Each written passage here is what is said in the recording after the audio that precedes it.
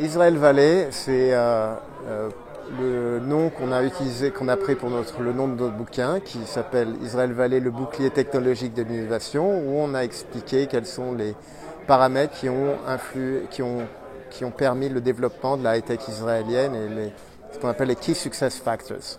Il y en a 7. Il y a le rôle des universités, il y a le rôle du venture capital qui a financé la croissance de la high-tech. Il y a le rôle du militaire, l'industrie militaire et le fait que le service militaire obligatoire a formé beaucoup d'entrepreneurs. Il y a le fait que des entreprises soient orientées dès le premier jour sur le marché international parce que le marché local est trop petit. Il y a également l'esprit, la culture israélienne, entrepreneuriale, le culot à l'israélienne. Également un écosystème qui est fondé sur un système de transparence, un système où il est facile pour les investisseurs internationaux d'investir en Israël. Alors il y a effectivement pas seulement des choses positives, il y a des choses difficiles. On parle des fissures du bouclier.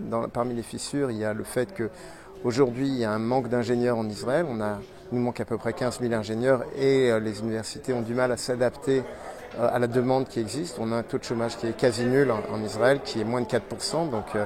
Et en particulier, il nous manque beaucoup de gens compétents dans l'informatique. Il y a par ailleurs un problème par rapport à une population qui a été pendant longtemps délaissée par rapport à ce développement économique dans le domaine de la high-tech, en particulier la communauté juive orthodoxe et la communauté arabe.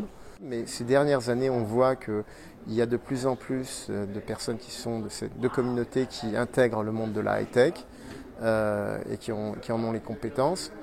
Enfin, j'ai parlé du problème de financement qui existe, même s'il y a en Israël 5 milliards de dollars investis par les ventures dans la high-tech. Il reste que, typiquement, on met pour des venture capitalistes 15 ans avant de faire une sortie et qu'il est de plus en plus difficile de financer comme venture capitaliste des sociétés en amorçage.